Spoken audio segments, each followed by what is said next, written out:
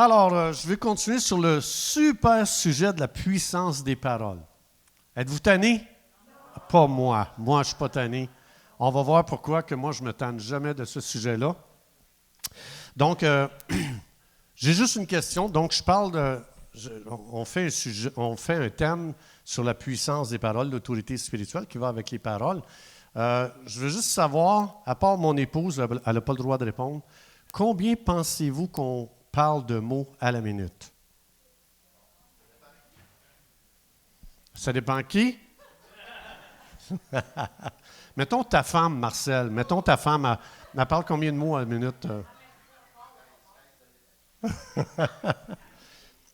Qui dit 50? Fort, là, à haute voix. 50 minutes? Qui dit 100 à la minute? Qui dit 150? Qui dit 200? À peu près 200 mots minute. Tu t'imagines? Et c'est pour ça que le sujet, le thème de la puissance des paroles, tu t'imagines, si je parle à peu près 200 mots minute, ils n'ont pas dit si c'était une femme ou un homme ici qui parlait. Je n'ai pas osé lire la suite. Je ne voulais pas me faire des ennemis ici aujourd'hui. On va dire à peu près, parce que les gens disent que les non-croyants, c'est vrai que l'homme parle à peu près 200 mots minute, puis ils disent la femme à peu près 800. Donc, bon, je pense, moi, c'est exagéré, ces chiffres-là, là. Mais ils disent que dans l'Église, c'est le contraire. Ils disent que c'est les hommes qui parlent plus que les femmes. C'est-tu vrai? C'est un homme qui a répondu ça, là. Je vais entendre les femmes dire ça, là. Alors, t'imagines? On est une machine à parler incroyable. Et quand tu penses qu'il n'y a aucune des paroles qu'on prononce qui est neutre, ça veut dire que je parle 200 effets à la minute sur ma vie. Il n'y a aucune parole qui est neutre. Hein? On a vu ça, j'ai expliqué ça. Ça veut dire que je parle 200 effets sur ma vie et la vie des autres à la minute. Et c'est pour ça que le sujet de la puissance des paroles, jamais qu'on va trop en parler. Parce que ce que Dieu veut nous expliquer, on va le voir aujourd'hui, c'est que les paroles travaillent soit en notre faveur ou contre nous. Chaque parole qu'on prononce, soit que ça va travailler en ma faveur ou contre moi, ou en faveur des autres ou contre les autres. Alors, c'est pour ça que ce sujet-là, jamais qu'on va en parler trop. Et c'est pour ça, la semaine passée, je vous ai expliqué dans Matthieu 4, quand l'Esprit de Dieu a amené Jésus dans le désert pour être testé, peirazo, hein, on a vu ça, testé pour connaître la valeur d'une chose. Alors, Jésus, il nous a montré que lui, il a appris comment parler en toutes circonstances et surtout dans les tests. Et vous remarquez comment dans les tests, c'est plus difficile de dire les bonnes paroles? Avez-vous remarqué? C'est beaucoup plus difficile. Quand je traverse des moments difficiles, des épreuves, quand je passe à travers la fournaise de feu, les paroles peuvent être ce qui ne doit pas être parlé. Alors, c'est pour ça que Jésus, continuellement, il n'a jamais dit comment il se sentait. « Hey, change ça en pain, ces pierres-là, là, c'était le Fils de Dieu. » Il n'a pas dit comment il se sentait à l'intérieur. Il a dit « Il est écrit. » Ça, c'est la langue du ciel. La langue du ciel, ça veut dire, je ne dis pas aux gens comment je me sens. Je dis aux gens ce que Dieu dit. Ce que je sens, ce n'est pas important. Parce que mes émotions ne sont pas la vérité. Ce que Dieu dit, ça, c'est la vérité. Alors, c'est pour ça que Jésus a toujours balancé, quand il a dit, il n'a pas dit « Ah, c'est vrai, j'ai faim, ça gargouille à l'intérieur, tu l'entends-tu, Satan? Ça gargouille tellement. » Il n'a rien dit de comment il se sentait. Il a toujours dit « Dieu a dit ». Ça, c'est la langue du ciel. Pourquoi? Parce que Jésus connaissait la puissance des paroles. Il savait que ce qui sortirait de sa bouche serait vital pour remporter une victoire. Alors, c'est pour ça que Jésus, ces 200 paroles minutes, lui, c'était « Je ne dirai pas ce que je pense ». Hein, il y a des gens, des fois, tu vas les entendre dire « Ah ben moi, je suis une personne très transparente, fait que je dis ce que je pense ». Il n'y a aucune parole de neutre. Moi, je ne te dirai pas ce que je pense de toi, je vais dire ce que Dieu pense de toi. Parce que Dieu, il a des pensées royales pour toi. Peut-être que moi, j'ai un jugement sur ta vie. Peut-être que je te juge, je te regarde, puis j'ai un très gros jugement. Et si je te dis, au nom d'être transparent, ce que je pense de toi, c'est que je ne comprends pas la puissance des paroles. La vraie parole qui doit être donnée aux gens, ce n'est pas ce qu'on pense d'eux, c'est ce que Dieu pense d'eux. Et Dieu dit, c'est un roi, c'est une reine, c'est un prince, c'est une princesse. C'est un sacrificateur, un roi sacrificateur de Dieu. Et c'est ça qu'on doit prononcer sur notre vie, sur la vie des autres. Donc, Jésus a dit, Régent, toi, tu es mort, Romains 6. Galates 2, 20. C'est plus moi qui vis. Donc, au nom d'être transparent, je suis mort. Ça donne quoi de vous dire mon opinion? Je suis un homme mort. Hein? J'ai été crucifié avec Jésus, j'ai été enseveli. C'est plus moi qui vis, c'est Christ qui vit en moi. Et c'est lui qui doit parler. Il doit parler sur ma vie, il doit parler sur la vie des gens. Alors, c'est pour ça que la puissance des paroles, c'est quelque chose d'extrêmement important. Et quand Jésus a dit, il est écrit chaque fois, hein, il n'a jamais dit ce qu'il pensait, il a pris ce que Dieu a dit et il l'a balancé au testeur. Et quand il a répondu toujours la langue du ciel, ça c'est la langue du ciel. Et ça c'est la vérité. Quand il a eu terminé de prononcer chaque fois ce que Dieu dit, comment ça a terminé l'histoire? Oui, il est parti, puis après, qui est venu? Les anges sont venus servir Jésus. Hein? Psaume 103, verset 20. Les anges obéissent à la parole de Dieu. Jésus il a balancé la parole de Dieu dans la situation. Les anges ont entendu ça. Ils ont dit, il ne donne même pas son opinion. Il prend ce que Dieu dit, il balance ça dans la situation. Et les anges, ça le dit dans Psaume 103, 20. Quand la parole de Dieu est déclarée, les anges viennent et ils commencent à faire du ministère. Parce qu'oubliez pas, ils ont été créés serviteurs. Alors, donc ça, c'est pour les paroles parlées à haute voix. Maintenant, il y a d'autres paroles qui sont prononcées, qui ne sont pas à haute voix, qu'on appelle le discours intérieur. Et ça, c'est, mettons là qu'on parle de, 150 mots minute qu'on parle en moyenne. Maintenant, combien de mots pensez-vous qu'on parle dans notre discours à l'intérieur? Plus que 1000? Elle n'exagère pas. 1300 mots minute dans le discours intérieur. Ce que ça veut dire, je dis 10 fois plus de paroles dans ma tête que ce qui sort de ma bouche. Alors, si les paroles ne sont pas neutres, t'imagines comment il faut que j'apprenne à parler? Surtout à l'intérieur. Le discours intérieur est encore plus grand que nos discours extérieurs qu'on prononce. Et puisque, comme j'ai dit, il n'y a aucune parole de neutre, bien, je veux dire, ça nous montre l'importance de savoir comment parler et extérieur, et aussi dans ma tête, quand je vous regarde, là, c'est une espèce de con, là, tu sais ça, qu'est-ce qu'il fait? Là? Tu sais, à l'intérieur, tout ce qu'on peut dire, tout ce qu'on peut juger. Et vous remarquez comment on porte beaucoup de jugement sur les gens? Pas vous, mais moi, là. Moi, je veux juste vous dire, quand vous passez, là, c'est incroyable le nombre de paroles intérieures du discours qui passent. Mais ça n'arrête pas. Et tu ne peux pas arrêter ça. Ça ne s'arrête pas. Le discours intérieur, il n'y a personne qui peut arrêter ça. C'est impossible. On parle continuellement dans notre tête, encore et encore et encore. Je vais vous donner un témoignage. Il y a un gars que lui, il voyageait, tu sais, dans les wagons. Il y a des gens qui embarquent dans les wagons de train puis ils voyagent comme ça. Hein? Ils s'en vont d'un endroit à l'autre. Et ces gens-là, c'est comme ça qu'ils voyagent. Fait que il y a des gens qui sont comme ça. Ils ont choisi ce style de vie-là. Et il y a un gars, une fois, le soir, il était très fatigué. Donc, lui, il voulait prendre un train, il voulait se rendre à un autre endroit. Puis, il ne voulait pas payer. Fait que lui, il embarquait dans les wagons à l'insu du conducteur. Et il arrive le soir, le train est arrêté. Et puis, il embarque dans un wagon. Et puis, donc, il ouvre la porte, puis il rentre dedans, puis la porte, elle ferme toute seule. Et puis, le gars est enfermé dans le wagon. Et puis, là, tu sais, ça prend un certain temps avant que nos yeux commencent à voir dans le noir. Quand tu arrives dans le noir, tu ne le vois pas, mais à un moment donné, après un certain temps, et le gars, il réalise qu'il est dans un wagon de réfrigération. Il est dans un wagon de réfrigération. Alors, le gars commence à capoter, il essaye de sortir de là, il n'est pas capable. Fait que le gars, il est là, il commence à paniquer. Le gars, aucun moyen de sortir de là, puis Je veux dire, le gars, il est rentré là le soir, fait qu'il y en a pour la nuit. Alors, le gars, il commence à gratter sur le sol, il commence à écrire un message sur le sol. Et puis, il commence à gratter. Et puis, le lendemain matin, évidemment, il est décédé pendant la nuit.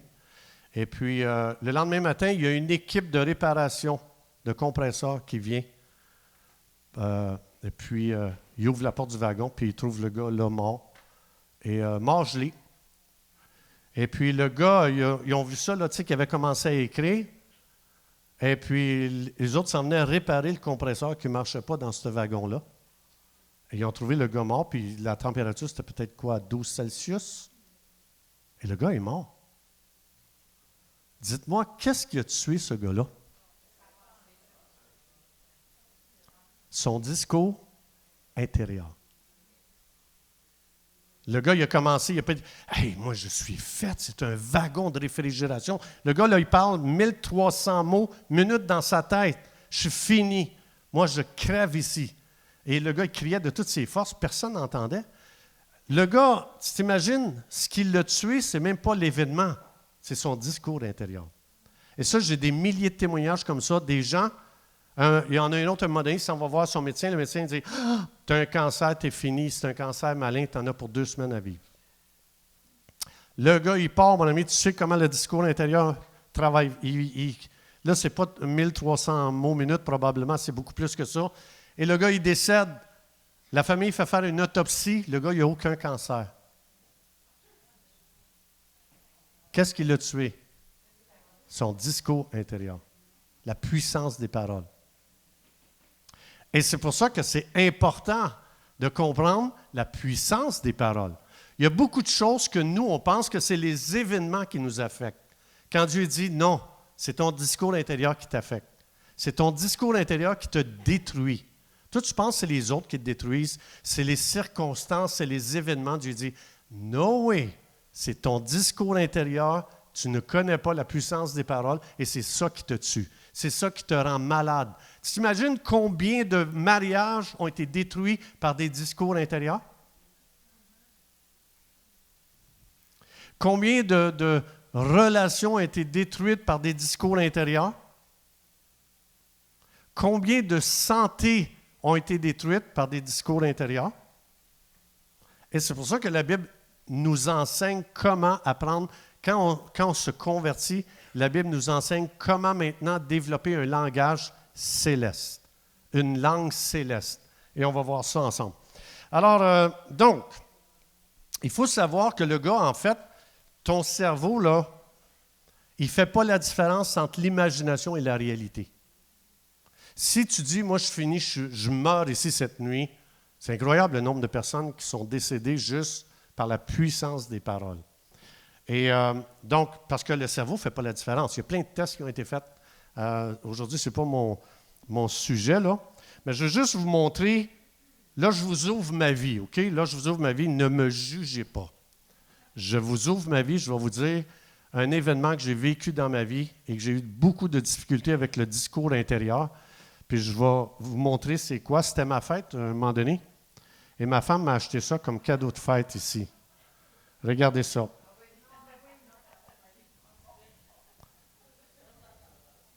Tiens, qu'est-ce que vous pensez qui s'est passé dans mon discours intérieur? Je reçois ça comme cadeau de fête. Je lutte encore, ça fait peut-être 5-10 ans qu'elle m'a acheté ça. Je lutte encore dans mon discours intérieur. Alors, c'est ça, le...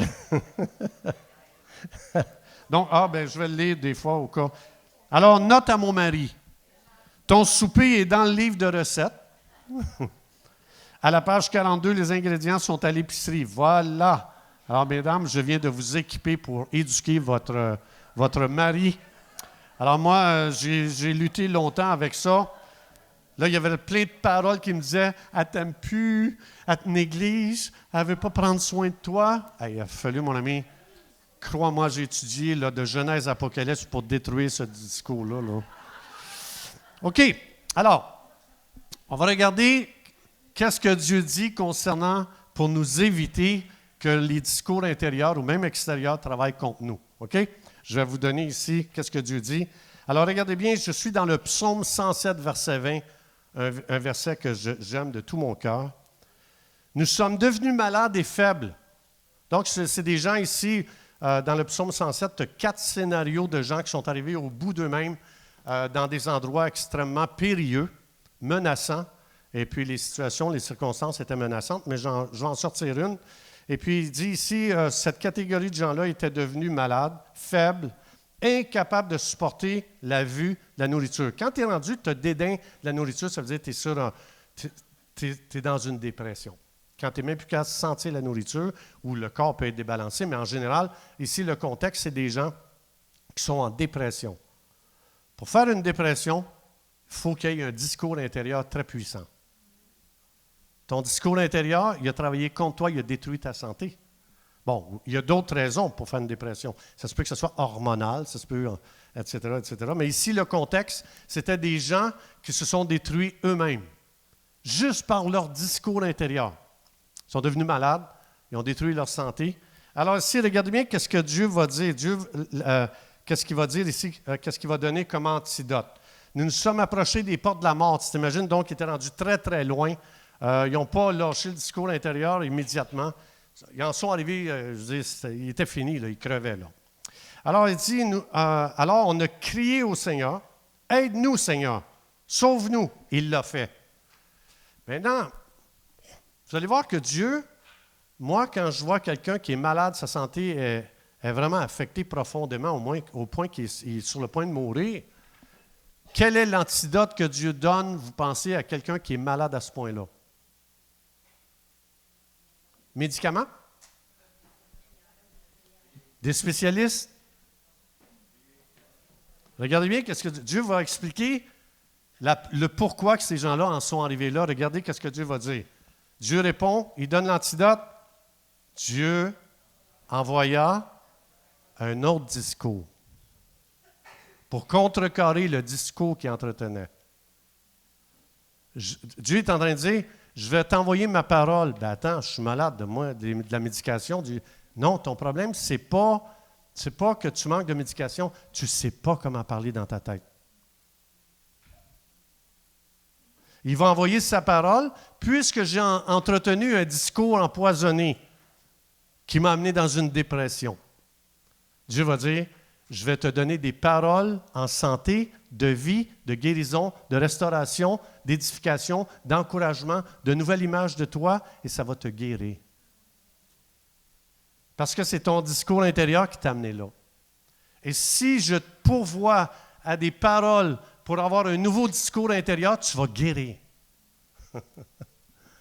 Dieu est en train de révéler, ta santé dépend de ce que tu entretiens dans ta tête, de comment tu parles dans ta tête. Parce que je ne peux pas faire une dépression si je ne parle plus dans ma tête. Impossible.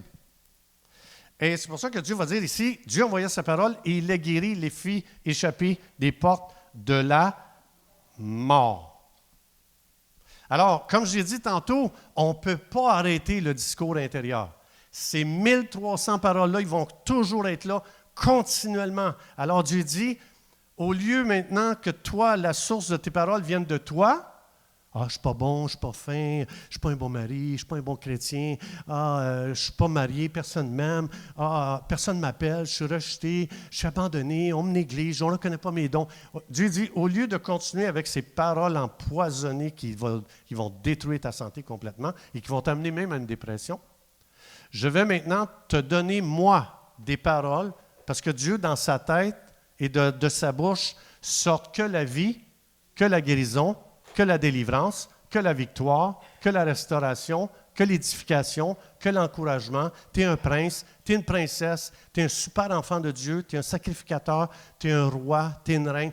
Les paroles de Dieu sont tellement santées que comme j'ai dit, je ne peux pas arrêter le discours intérieur, mais je peux le nourrir avec d'autres choses.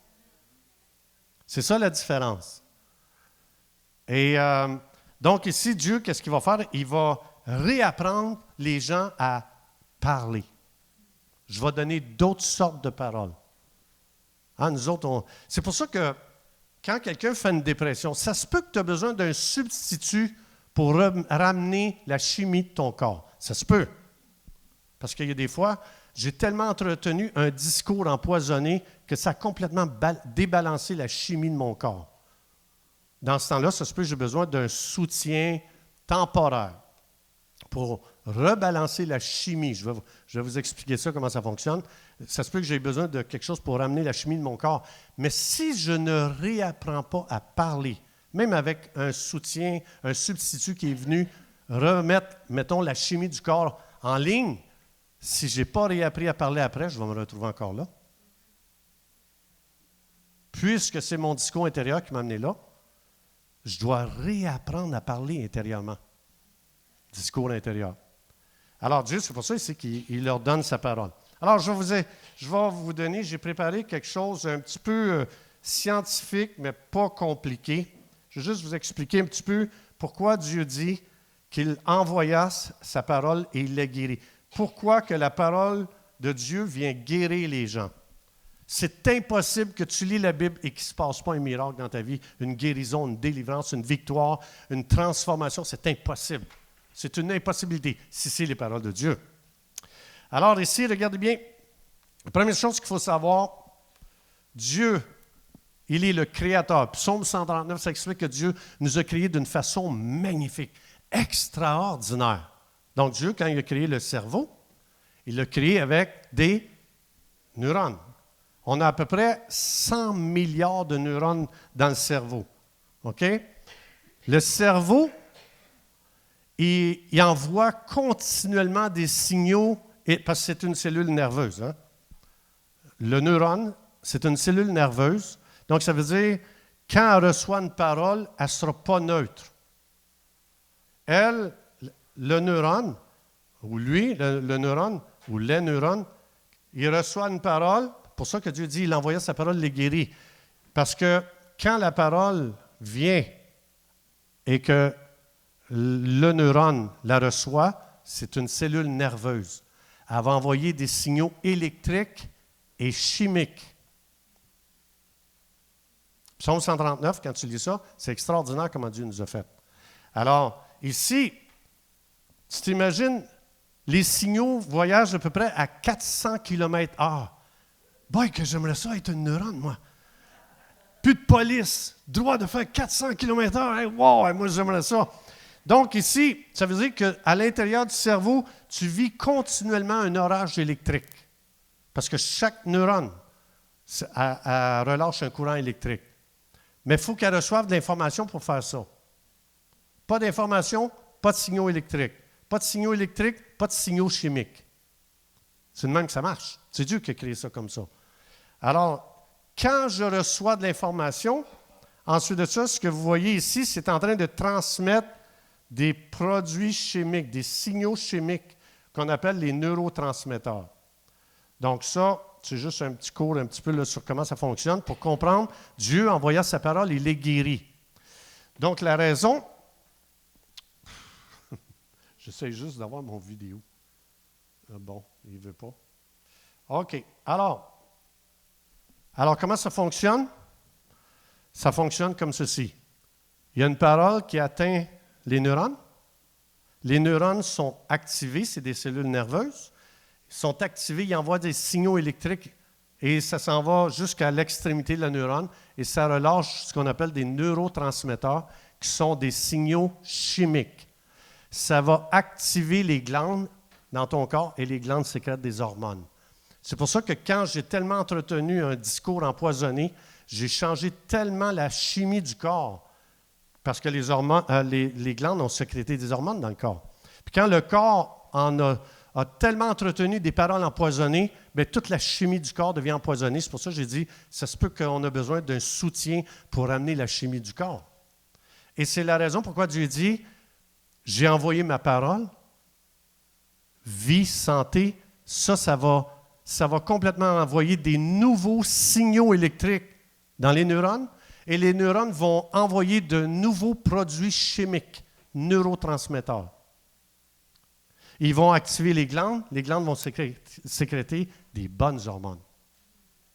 C'est pour ça que Dieu a envoyé sa parole. Mais tout ça d'un discours intérieur.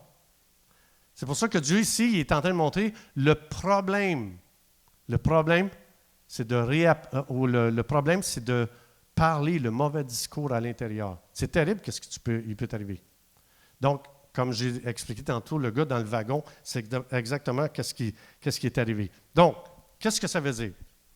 Ma santé mentale, ma santé émotionnelle, ma santé relationnelle, ma santé spirituelle dépend que d'une chose, la qualité des paroles dans mon discours intérieur que j'entretiens continuellement.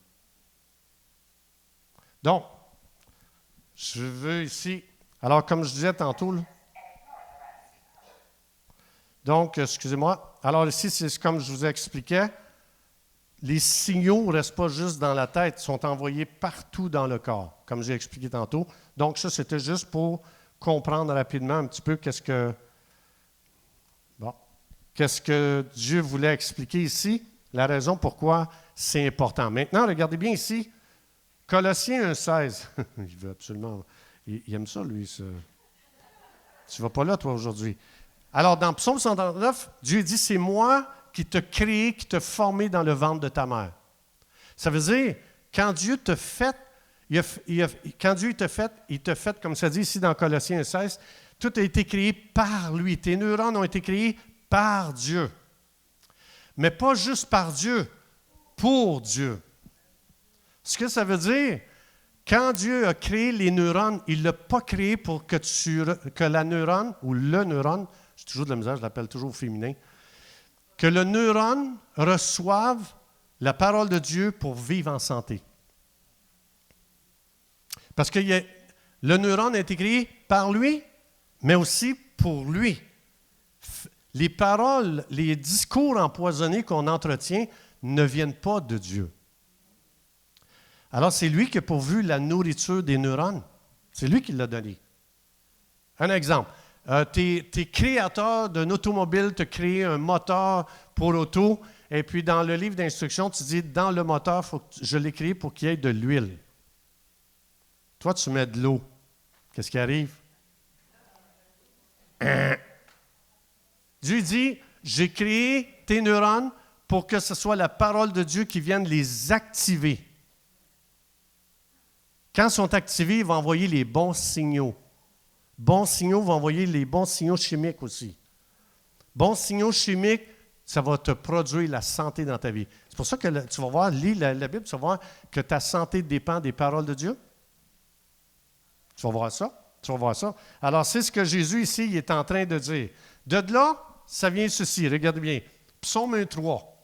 Ça dit, heureux l'homme, ou la femme, l'homme ou la femme, qui ne marche pas selon les des conseils, c'est quoi? C'est des paroles. Heureux l'homme qui ne reçoit pas des paroles qui ne viennent pas de Dieu.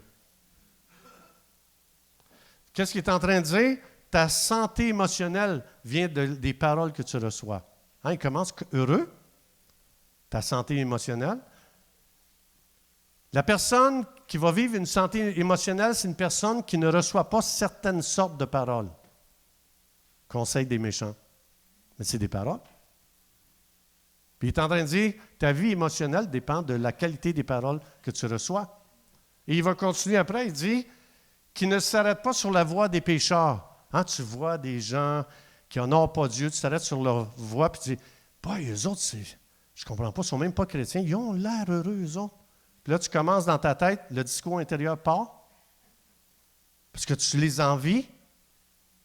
Il dit heureux, la personne, ta santé émotionnelle dépend de si dans ta tête, tu ne regardes pas pour commencer à discourir. Ça se dit-tu? Je ne sais pas, là, je l'essaye, celle-là. Ça existe? Discourir. C'est comme Dieu dit de l'engager, le nouveau discours intérieur. Alors, qui ne s'arrête pas sur la voie des pécheurs et qui ne s'assied pas en compagnie des moqueurs. Tu t'assois avec des gens, c'est des moqueurs. Ils se moquent de Dieu, ils se moquent des chrétiens, ils se moquent de la Bible. Mais c'est des paroles encore. Il commence comme ceci. Les paroles, ta santé émotionnelle dépend de la qualité des paroles. Après ça, il va dire, mais qui trouve son plaisir dans la parole de Dieu. Il ramène complètement une contrebalance. Il dit, ta santé émotionnelle dépend des paroles de Dieu que tu entretiens jour et nuit à l'intérieur de toi. Méditer, hein, c'est ça que ça dit ici, et qu'il la médite jour et nuit. Qu'est-ce qu'il est en train de dire? C'est à l'intérieur la méditation, c'est le discours intérieur. Alors, il est en train de dire, je vais revenir tantôt, c'est quoi la méditation? La méditation. Alors, je vais y aller tout de suite, tiens. Alors, regardez bien, qu'est-ce que ça veut dire ruminer? Dans la Bible, méditer, tu peux comparer ça à un animal qui rumine. Alors, la rumination, l'animal ruminant a un estomac spécialisé qui comporte 3 à 4 poches et qui permettent de faire la fermentation de l'herbe. Le processus complet de la nourriture de l'animal dure environ 3 jours. C'est ça qu'il est en train de dire. C'est pour ça que moi, je vous ai expliqué, je ne cours pas, moi, quand je lis la Bible. Je prends un verset, je le reçois tout de suite. Comme là, aujourd'hui, vous entendez des choses qui viennent de la Bible. Vous êtes comme une brebis. Vous mangez le rough, pareil comme une brebis, il mange l'herbe, mais elle n'est pas en train, elle envoie ça s'en va dans des sacs, comme ça dit ici, et ça va rester là comme 3 jours, ça va fermenter, comme ça va expliquer ici. Alors, il dit, l'animal arrache l'herbe, la mange un peu, mais vigoureusement, très, très vite. Comme aujourd'hui, vous entendez un message très rapide. Mais l'animal, qu'est-ce qu'il fait? Il dit, cette nourriture reste à tremper dans le liquide d'herbe, dans la panse, la salive de l'animal, et ainsi est brassée pendant des heures. Alors, c'est ça que ça veut dire méditer. Méditer, ça veut dire, je reçois une parole, mais je ne m'en vais pas puis je l'oublie. Ça, ce n'est pas méditer. La vraie puissance, c'est quand je reprends le message que vous entendez aujourd'hui, vous reprenez ça et vous commencez à le méditer, à le ruminer. Tu le mâches un peu. La révélation n'est pas toute là encore. Elle a besoin de temps de fermentation, comme on appelle. C'est ça que ça veut dire méditer. Dieu est en train de dire, c'est pour ça que Dieu ici est en train de dire, ton discours intérieur, quand tu médites mes paroles, pas les tiennes, mes paroles, va complètement transformer ta vie. Alors, regarde ici les effets de ça. Il dit, mais qui trouve son plaisir dans la parole de Dieu, la médite jour et nuit, il est comme un arbre planté près d'un courant d'eau. Qu'est-ce qu'il est en train de dire? Ton identité devient extrêmement solide. Dans la Bible, l'arbre, c'est un symbole de leader. Tu ne seras plus une guenille. Tu vas être un arbre, un leader, quelqu'un de solide. Et ça va être comparé avec la balle de foin, là, les gens qui ne méditent pas la parole de Dieu. Mais ici, l'idée, c'est que l'arbre, c'est une image d'un leader. Dieu est en train de dire, tu vas devenir quelqu'un de très fort, de très solide. Et tu ne seras plus quelqu'un, une guenille, comme j'ai dit. Tu vas être un leader, près des courants d'eau. Un arbre moyennement adulte, il boit à peu près 200 litres d'eau par jour. S'il n'y a pas ça, l'arbre, il va vivre des conséquences. Qui donne son fruit en sa saison. Donc, ça veut dire, si tu médites le bon discours intérieur, les gens vont venir te voir pour avoir des fruits de ta bouche. Tu vas devenir utile pour les gens. Ce qui va sortir de ta bouche, les gens vont faire « Wow! C'est extraordinaire! C'est incroyable comment ça me fait du bien, qu'est-ce que tu dis. » Tu portes du fruit dans chaque saison. Que ça aille mal, que ça aille bien, tu vas porter du fruit. Les gens vont venir manger tes paroles.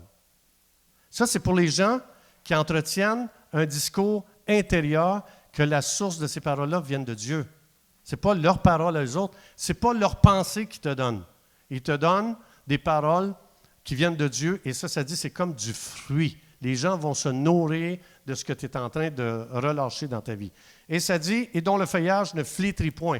Ton apparence, ton témoignage, les gens, c'est comme, wow, c'est la vitalité, tu vas relâcher la vitalité dans ta vie.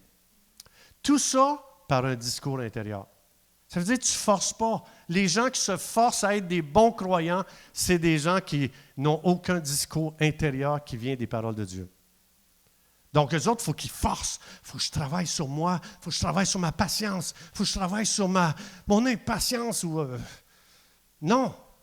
Entretiens des discours dont les paroles viennent de Dieu lui-même et tu vas voir, le fruit va sortir automatiquement de ta vie. Tu ne forces pas. Tu as déjà vu un arbre qui fait « faut que je relâche une pomme ». Non. Il est connecté là, il boit 200 litres d'eau par jour. Les pommes sont relâchées, les fruits sont relâchés par eux-mêmes.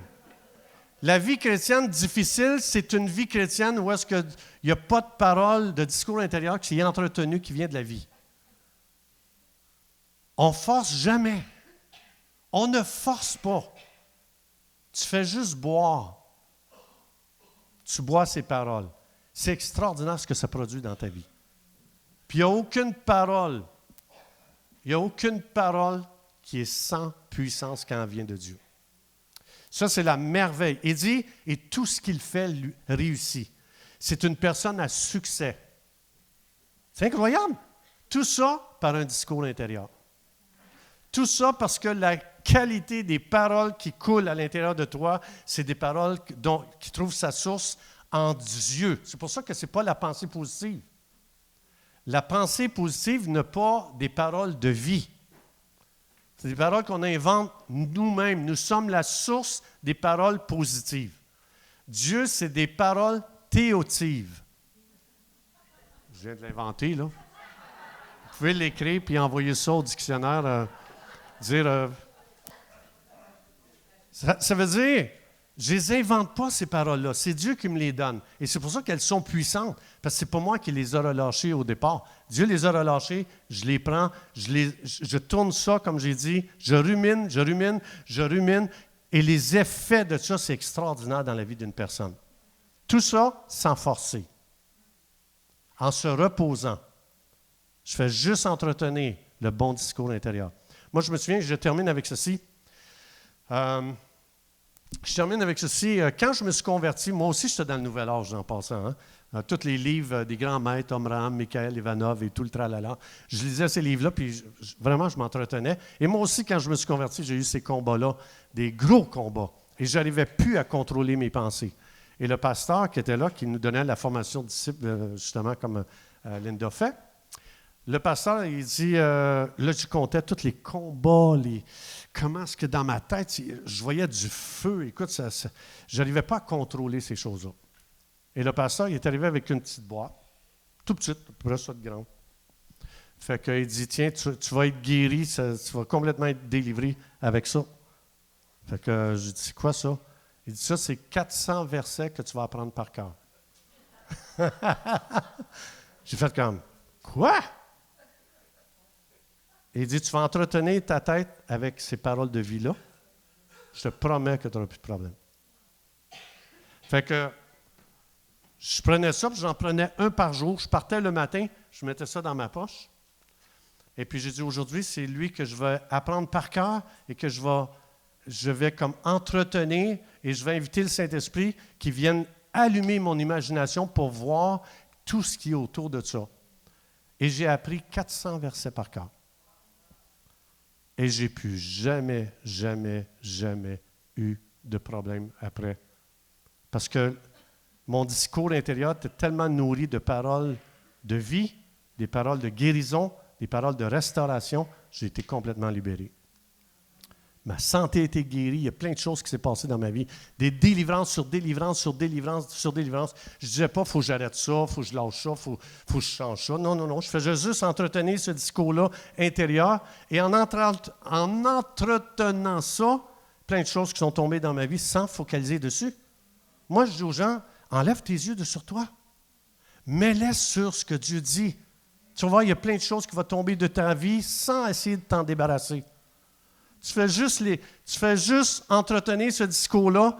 Ta tête est tellement occupée à ça qu'il y a plein de choses qui tombent dans ta vie, qui changent. Il y a plein de guérisons qui viennent. Il y a plein de... C'est extraordinaire ce qui se passe. Sans forcer. Moi, c'est ça que j'aime. Moi, je n'ai jamais aimé faire d'efforts. Quand j'ai entendu ça de Dieu, je dis « Wow, ça me plaît beaucoup, ça. J'aime vraiment ça. » Alors, donc, discours intérieur, nourri par les paroles, pas les miennes, les siennes. C'est ce que je vous encourage. Et en terminant, je veux juste dire, si quelqu'un ici aujourd'hui, personne ne vous a expliqué comment recevoir cette nouvelle vie. Personne ne vous a expliqué comment tu peux être lavé de tes péchés. Recevoir une vie qui n'est pas la tienne, qui est la vie de Dieu, qui rentre à l'intérieur de toi et qui te permet de vivre éternellement dans la présence de Dieu qu'on appelle le ciel, éternellement avec lui. Si tu dis, comment on fait ça? Très, très, très, très simple. Rien de compliqué. Jésus est venu sur la terre qui est Dieu fait homme. Il est venu marcher sur cette planète. Il a vécu la vie que toi et moi, on n'est pas capable de vivre. Il n'y a personne qui est parfait sur la terre. Lui, Dieu parfait. Il est devenu humain. Il a vécu la vie que moi, je n'arrive pas à vivre, ni toi. Et il venait faire ça pour nous représenter devant le Dieu 3 fois saint. Si tu essaies de rencontrer les exigences de Dieu, je te dis tout de suite, tu brûles. Il est parfait et il est 3 fois saint. Alors Jésus dit, moi, je vais venir vivre la vie que toi, tu n'es pas capable de vivre. Je vais monter sur la croix, je vais payer pour tous tes péchés, passés, présents, futurs. Je vais les payer tous. Si tu dis, Jésus, je crois en toi, pardonne-moi. Instantanément, tu es lavé de tous tes péchés, passés, présents, futurs. Et la Bible explique que ce que le Saint-Esprit fait, il va venir déposer la vie de Dieu en toi et une nouvelle vie va commencer à l'intérieur de toi, qu'on appelle la nouvelle naissance. Une nouvelle vie prend place en toi et quand tu te nourris des paroles comme on voit aujourd'hui, cette nouvelle personne à l'intérieur de toi grandit, grandit, grandit, grandit et elle se manifeste par elle-même sans effort. Alors ça veut dire que tu es pardonné de tes péchés, tu reçois la vie de Dieu ou la vie éternelle ou une nouvelle vie, appelle-la comme tu veux. Et c'est ce qui fait que maintenant, si je meurs aujourd'hui, je m'en vais directement dans sa présence avec Jésus pour l'éternité. Voilà la bonne nouvelle. Alors, oui, oui.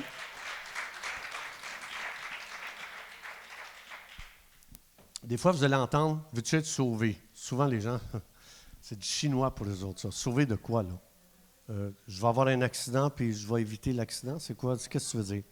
Être sauvé, ce que ça veut dire, je suis pardonné, je suis réconcilié avec Dieu, j'ai reçu la vie éternelle. Et je veux dire, j'appartiens à Jésus pour l'éternité. Alors, Père, si jamais ça t'intéresse, juste le dire dans tes mots à toi, ce que je viens de dire aujourd'hui, il n'y a pas de formule magique. Ça doit venir de ton cœur. Donc, des fois, les gens font répéter, répète après moi. Moi, je t'encourage, tu ne répéteras pas après moi. C'est quoi qui est dans ton cœur? Qu'est-ce que tu veux? Veux-tu être pardonné? Veux-tu être réconcilié? Dis-le dans tes mots à Jésus. Et Jésus entend ce que tu veux dire. Et Jésus va exaucer ce que tu demandes. Alors, Père, dans le nom de Jésus, puis je t'encourage aussi de le partager à quelqu'un. Dire, hey, j'ai invité Jésus dans ma vie parce que je veux être pardonné puis je veux la vie éternelle. Alors, partage-le à quelqu'un. Et Seigneur, merci pour la parole de Dieu aujourd'hui. Je vous bénis dans le nom de Jésus et je viens lier tout discours intérieur qui n'est pas conforme à ce que Dieu dit. Et je délie un flot de nouvelles paroles de vie, de guérison, de restauration, de délivrance, de victoire dans la vie de chacun ici, dans le nom de Jésus. Qui veut ça? Juste lever la main et dire, Seigneur, moi je veux un flot de paroles, de restauration, de guérison, de vie dans le nom de Jésus. Amen.